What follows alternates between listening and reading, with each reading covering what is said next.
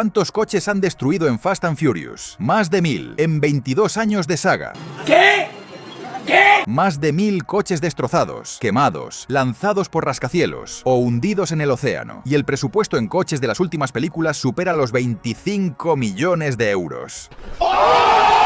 Solo en coches. Tranquilo, que no vienen a pedirte el tuyo.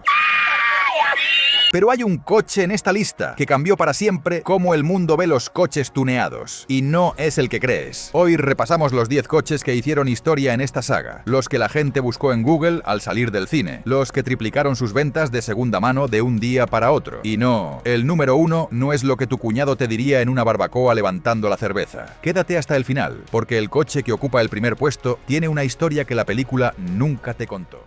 Puesto número 10. El Mitsubishi Eclipse de 1995. Primera película, primera carrera. Y este coche verde lima con vinilo de llamas fue la primera imagen que el mundo asoció a Fast and Furious. Sin él, no hay saga. El Eclipse tenía un motor 4G63 turbo de 2 litros. En versión de serie, hacía unos 210 caballos. Pero con las modificaciones de la película, bueno, digamos que la física tuvo que mirar hacia otro lado un momento. Este coche hizo que una generación entera de adolescentes pegara pósteres de un Mitsubishi en la pared, algo que los ingenieros de Mitsubishi jamás esperaron en su vida. Tras el estreno, las búsquedas del Eclipse en webs de segunda mano se multiplicaron por 6 en una semana, una sola semana. Pero si el Eclipse fue el inicio, el siguiente fue el que robó el show sin pedir permiso.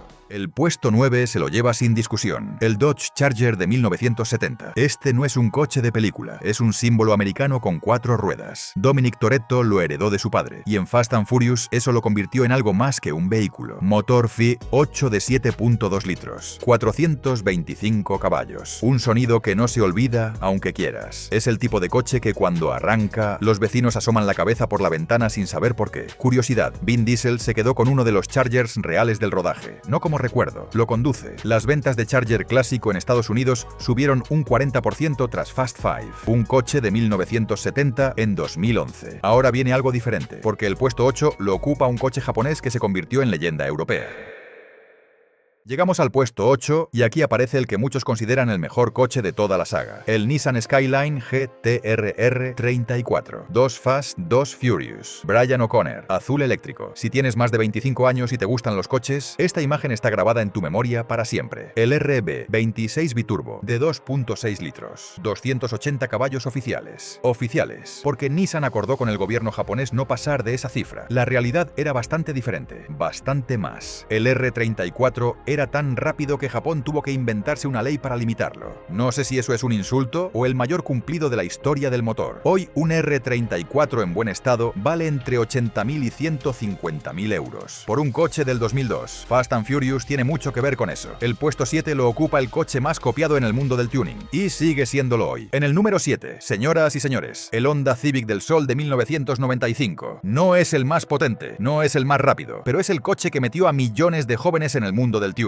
Jesse lo conducía en la primera película, y ese vinilo amarillo con llamas se convirtió en referencia absoluta. Motor V16 de 1.6 litros, menos de 130 caballos de serie, pero con la escena del NOS, en la primera película dio igual, todo el mundo quería uno. Honda vendió tantos Civic del Sol a adolescentes después de esa película que probablemente financió 3 películas más sin saberlo. En talleres de tuning de toda España, entre 2001 y 2005, el Civic del Sol era el coche más modificado. El más modificado. Pero si el Civic era el sueño accesible, el puesto 6 era el sueño de los que querían algo más serio. Y en el número 6, algo que no te esperas en esta posición, el Toyota Supra MK4 de 1994. Muchos lo habrían puesto más arriba, pero escucha, el Supra naranja de Brian O'Connor en la primera película fue construido desde cero en 3 días dentro de la trama. 3 días, para ganarle a un Ferrari 355. La física lloró ese día. El 2JZ GTE.